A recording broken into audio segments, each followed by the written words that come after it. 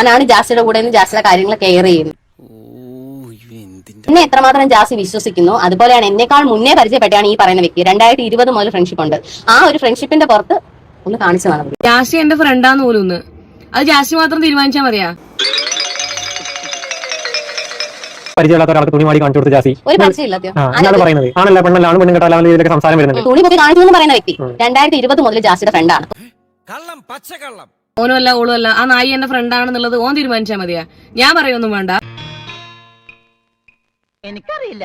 പുള്ളിക്കാർക്ക് അറിയാം കത്തി നിൽക്കുന്ന ടോപ്പിക് നമ്മുടെ വെച്ച് കെട്ടിയ സിലിക്കോൺ ആണ് എന്നുള്ളത്. അതുകൊണ്ട് തന്നെ സിലിക്കോണിനെ കുറച്ച് പറ്റിയിട്ട് നൈസായിട്ട് സൈഡിട്ട് കൂടെ ഒന്ന് വാഴ നനയുമ്പം ചീരക്കും നനയാലോ എന്ന് വിചാരിച്ചിട്ടാണ്.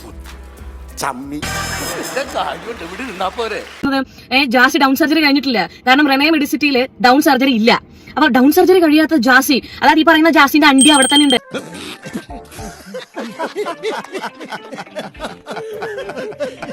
നായി പറയുന്നുണ്ട് എന്റെ ഹെൽത്ത് ഒട്ടും ഓക്കെ അല്ല, എന്റെ ഹെൽത്ത് ഒന്ന് ഓക്കെ ആയ പാട് ഞാനൊന്ന് ഫുൾ വീഡിയോ ആയിട്ട് ഞാൻ എന്റെ യൂട്യൂബ് ചാനലിൽ വരുന്നതായിരിക്കും എന്നുള്ളത്. അല്ല നീ പിന്നെ നിന്റെ യൂട്യൂബ് ചാനലിൽ ബാക്കി പറഞ്ഞത് കുണ്ടി കൂടിയാന്ന്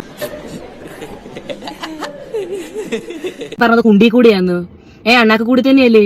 അപ്പൊ നിനക്ക് ഹെൽത്തിന് പ്രശ്നമൊന്നുമില്ലേ? വിവാദങ്ങൾ വരുമ്പോ മാത്രമാണ് നിന്റെ സിലിക്കോണിലുള്ള സ്റ്റിച്ച് നിനക്ക് വേദന എടുക്കുന്നത്. കിട്ടിയാ ഇല്ല, ചോദിച്ചു വാങ്ങിച്ചു പോവാ. എന്നാ ഞങ്ങൾ അങ്ങ് ഇറങ്ങട്ടെ. ആയിക്കോട്ടെ, സന്തോഷായി.